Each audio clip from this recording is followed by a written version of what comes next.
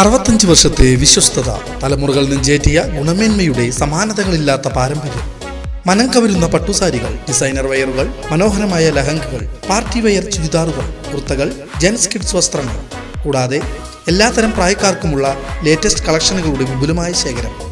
കല കാലത്തിനൊപ്പം കമനീയമായി. കല textiles, Ottupara. Contact 0488423265. Mundathikode പടക്ക നിർമ്മാണശാലയിലുണ്ടായ അപകടത്തിൽ ജീവൻ നഷ്ടപ്പെട്ടവരുടെ ആശ്രിതർക്ക് 14 ലക്ഷം രൂപ വീതം ധനസഹായം നൽകാൻ സർക്കാർ തീരുമാനം. മന്ത്രിസഭാ യോഗത്തിന് പിന്നാലെ മുഖ്യമന്ത്രി വി ഡി സതീശനാണ് ഇക്കാര്യം മാധ്യമങ്ങൾക്ക് മുന്നിൽ വെളിപ്പെടുത്തിയത്.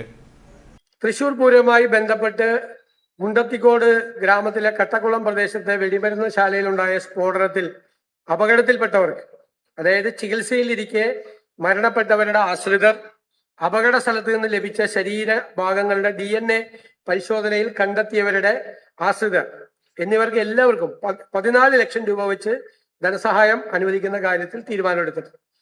തൃശൂർ പൂരത്തിന് തിരുവമ്പാടി വിഭാഗത്തിനു വേണ്ടി വെടിക്കെട്ട് സാമഗ്രികൾ നിർമ്മിച്ചിരുന്ന മുണ്ടത്തിക്കോട്ടെ ശാലയിൽ ഏപ്രിൽ 21-ാം തീയതിയാണ് വൻ സ്ഫോടനമുണ്ടായത്. ദുരന്തത്തിൽ 17 പേർക്ക് ജീവൻ നഷ്ടമായിരുന്നു. ഇവരുടെ ആശ്രിതർക്കാണ് സർക്കാർ ധനസഹായം നൽകാൻ തീരുമാനിച്ചിരിക്കുന്നത്. അതേസമയം മുണ്ടത്തിക്കോട്ടെ പടക്ക നിർമ്മാണശാലയിലെ ദുരന്തത്തിൽ ഹൈക്കോടതി സ്വമേധയാ കേസെടുത്തിരുന്നു. കൊച്ചിൻ, തിരുവമ്പാടി ദേവസ്വം എന്നീ ബോർഡുകൾക്കും സർക്കാരിനും ഹൈക്കോടതി നോട്ടീസ് അയച്ചു. ജൂൺ 16-നകം വിശദീകരണം നൽകണമെന്ന് കോടതി നിർദ്ദേശിച്ചു. ചീഫ് ജസ്റ്റിസ് അധ്യക്ഷനായ ഡിവിഷൻ ബെഞ്ചിൻ്റേതാണ് നടപടി. ദുരന്തത്തിൽ സർക്കാർ ജുഡീഷ്യൽ അന്വേഷണവും പ്രഖ്യാപിച്ചിരുന്നു.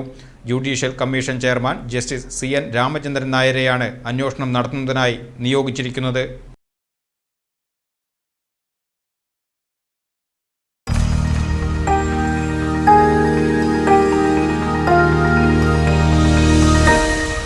You are watching VCV News.